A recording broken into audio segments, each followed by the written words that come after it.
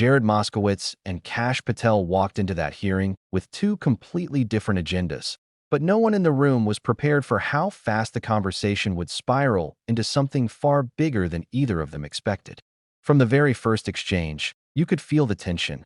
This wasn't a routine oversight session or another political back and forth that fades within a day. This was a moment where years of rumors, promises, contradictions, and conspiracy-fueled narratives finally slammed into the hard wall of public reality. The gentleman yields back. The gentleman from Florida is recognized. Thank you, Mr. Chairman. Before I begin, I want to caution my colleagues on, one-sided violence in this country. We just heard that there were no riots on the right. We're literally sitting in the building where there was a giant riot by supporters of the president, the right. We also heard that only leftists, have said that Trump is a Nazi. In 2016, the current vice president of the United States said, Trump is either a cynical asshole or he's America's Hitler. And so this is the problem. I don't want to have to say this garbage, but you want me to sit here and get painted with one brush, the whole left. No, there are extremes on the left, and there are extremes on the right. And we collectively should tackle that. But to come here and just look at us and say we all support what's going on in the extremes is why we can't solve anything in this building. Director, let me say first, thank you for being here, and my condolences on the loss of your friend. And I'm happy to hear that you want to do more on the social media platforms, It's crazy what's going on the social media platforms. There are so many conspiracy theories on what's going on with Charlie Kirk. Israel assassinated him, right? There are conspiracy theories about your personal social life all day. It is totally rampant. Big names on the right, Candace Owens, right? Talking about how what's been released as far as the dialogue between the perpetrator and his roommate is manufactured by the FBI, manufactured by the administration.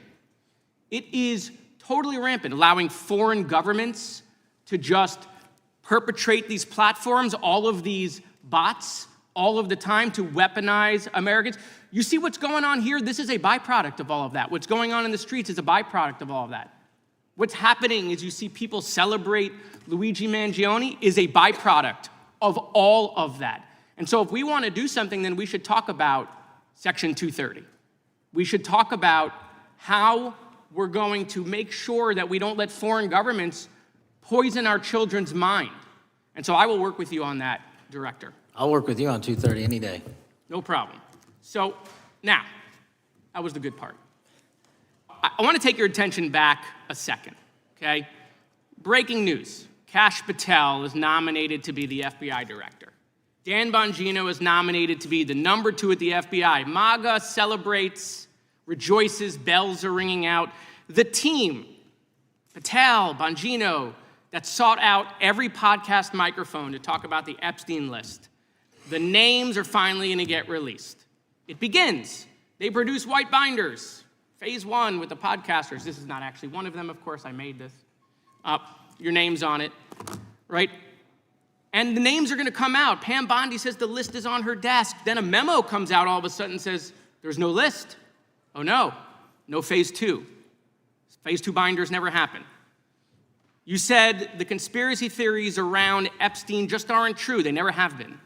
And yesterday, in an answer to Senator Kennedy, you said the FBI is not in possession of any credible evidence that Epstein trafficked girls to anyone but himself. So according to your testimony yesterday and in this committee, according to the evidence the FBI has, the number of names on the list are 0. No, zero. The index has been released, and the number of people involved in that trafficking operation were charged in 2018. Other than Epstein and Ghislaine Maxwell, your testimony in the Senate and here is that according to the evidence you have, the number of other names is 0. That were charged based on credible evidence. Well, who are the other names? Give me the other names that weren't charged.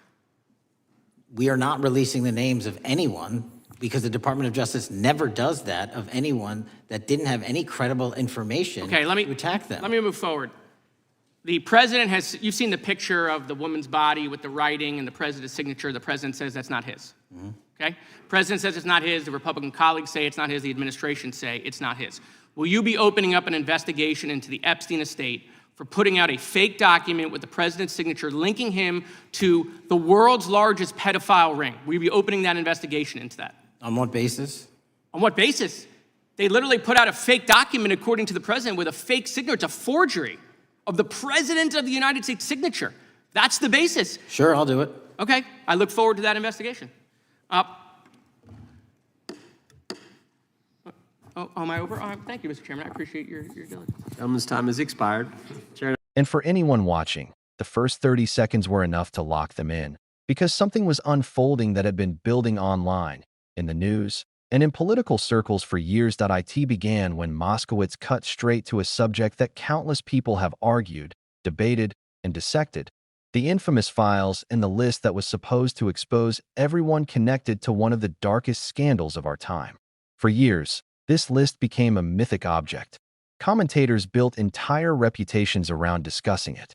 Supporters believed it held the names of powerful individuals. Influencers teased that it would shake the entire world. And when Patel stepped into a leadership position, many of those same voices treated it like the moment everything would finally come out. But when Moskowitz asked Patel directly about the evidence the FBI actually had, the response was not what years of hype led people to expect, because Patel insisted there was no credible evidence of anyone besides Epstein and Maxwell. No secret network. No extra list of powerful figures. No shocking roster of names. According to the federal documentation Patel referenced, the number of credible additional names was 0. That answer landed like a shockwave. Years of expectations, rumors, and supposed insiders insisting that a massive reveal was coming were suddenly in conflict with an official statement that claimed there was nothing to reveal at all. You could practically feel the air change in the room, because this wasn't just about whether Patel was right or wrong. It was about the gap, the massive, gaping void between what people were told for years and what was being said now, on the record, in front of Congress. Moskowitz immediately understood the weight of that contradiction. He didn't let the moment drift into political noise. Instead, he pushed further, not with theatrics, but with a direct question. If the evidence truly shows 0 additional names, why did so many political allies publicly insist the opposite for years? Why did they present binders on podcasts, tease multi-phase releases, claim lists were sitting on desks, and promise a transparency revolution? The silence that followed wasn't empty. It was revealing. There was no attempt to explain why those promises were made. No clarification about the binders. No acknowledgement of the claims repeatedly made in public over the years. And that silence fed into something bigger. The growing realization that for years, this story may have been treated less like a pursuit of justice and more like a political weapon. But the moment that truly turned the hearing upside down came when Moskowitz shifted from the question of names to the question of a document that had been circulating online, an alleged birthday card that appeared to tie the former president to the scandal. According to the president, the signature was forged. His allies said it was forged. The administration said it was forged. So the next logical step, at least by congressional oversight standards, would be an investigation into whoever created a fake document linking a president to one of the most notorious criminals in modern history. Yet when Moskowitz asked whether the FBI would open an investigation into that forgery, Patel hesitated. He questioned the basis for the investigation. He questioned whether such a document would fall under the Bureau's jurisdiction. He questioned whether there was enough justification. And it was only after Moskowitz pushed that Patel eventually said he'd look into it. That moment told a different story. A story about who gets investigated quickly and who gets protected by delay. A story about how accusations are treated differently depending on who they target. Because if a similar document had surfaced with a different president's signature, the outrage would have been immediate, the investigations unavoidable, and the public pressure overwhelming. But here, there was reluctance. And that reluctance mattered, because the real issue wasn't just the document. It was the pattern behind it. When leaders treat allegations differently depending on political identity, it undermines trust in institutions. When they promise revelations for years, only to reverse course when evidence points toward allies, it creates confusion. And when confusion grows, conspiracy theories aren't just possible, they become inevitable. That's why Moskowitz didn't limit his questions to the list or the forgery. He broadened the conversation to the online ecosystem that has exploded around the entire subject. Social platforms flooded with rumors about who was involved, who knew, who was being framed, who was being protected. Bots amplifying stories with no evidence. Influencers feeding speculation to gain followers.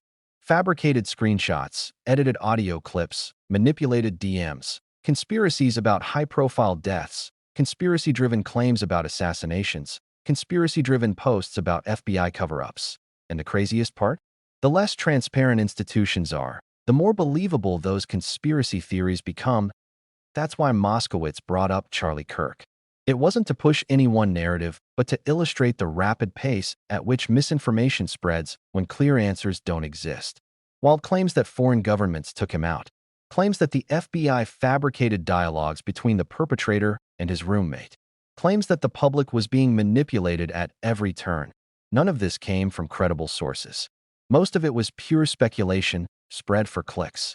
But speculation becomes believable when leaders dodge the hard questions, when institutions stay silent, when political figures contradict each other, and when gaps form between what the public is told and what officials say when pressed under oath. Patel insisted the Bureau is overwhelmed by foreign actors flooding social platforms with disinformation, that bots amplify politically divisive content, that misinformation is affecting real-world behavior. And Moskowitz didn't deny that. In fact, he used it to make his point. The chaos people see online is a direct reflection of what happens when transparency is replaced by selective disclosures and political spin. This wasn't a partisan argument. Moskowitz made that clear. He rejected attempts to paint extremism as a one-sided phenomenon. He emphasized that radical voices exist on every end of the spectrum, that irresponsible rhetoric fuels violence, anger, and distrust no matter which direction it comes from. And he reminded everyone that ignoring one side's extremists while obsessing over the others is exactly how institutions weaken.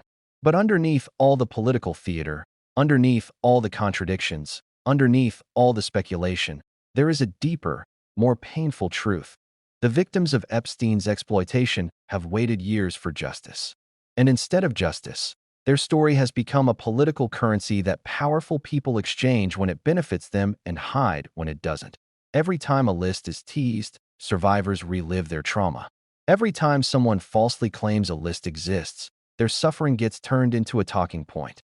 Every time politicians use the subject to attack opponents, survivors become pawns in a game they never agreed to play. And that is why the contradictions are so devastating. Because they show how easily powerful people shift the narrative when it threatens them. When it's convenient, the list is real and explosive. When it's inconvenient, the list is fake and meaningless. When transparency might expose opponents, it's demanded. When transparency might expose allies, it's dismissed. The hearing exposed something people should have seen years ago. The truth has never been the priority. Weaponizing the idea of truth was. And once you see that pattern, you can't unsee it. For years, the story was simple. The files held secrets that would expose a massive network of corruption. Supporters repeated it. Influencers amplified it. Politicians hinted at it. Journalists speculated about it. And yet, when the person in charge of the Bureau says the evidence leads nowhere beyond the two people already convicted, the entire narrative collapses. That collapse matters. Not because it proves one side right or wrong, but because it forces a different question. Who built the narrative in the first place, and what did they gain from it? Was it about justice? Was it about transparency? Or was it about political leverage? The hearing didn't answer those questions, but it revealed the contradictions that force people to confront them. And those contradictions are powerful because they reshape how the public understands the entire scandal. If supporters were told for years that massive revelations were coming, why didn't anyone correct the record sooner? If insiders teased binders, why weren't they real? If claims were exaggerated, who benefited from the exaggeration? And if the truth is as limited as Patel suggests, why was the public led to believe otherwise? These aren't partisan questions. They're accountability questions. Questions that matter not just for political transparency, but for the integrity of institutions that claim to protect the public. And the hearing proved that when powerful people feel threatened, they don't confront the truth, they try to rewrite it. This is why the public remains divided. Why suspicion toward institutions continues to grow. Why conspiracy theories thrive. Why survivors are still waiting for answers. Why the truth feels harder and harder to find. The story revealed in that hearing isn't the final chapter. It's barely the middle. The contradictions will continue. The narratives will change. The promises will evolve. And the truth, whatever remains of it, will keep getting shaped by whoever holds the microphone. But you don't have to wait for someone else to control the narrative. You can understand it yourself. You can see the patterns. You can follow the inconsistencies. And you can recognize when a story is being stretched, weaponized, or reshaped. If you want to keep following this investigation, if you want to stay ahead of the spin and understand the parts others won't explain, make sure you subscribe, turn on notifications, and share this video. Because the more people pay attention, the harder it becomes for anyone to manipulate the truth. And trust me, this story is nowhere near finished.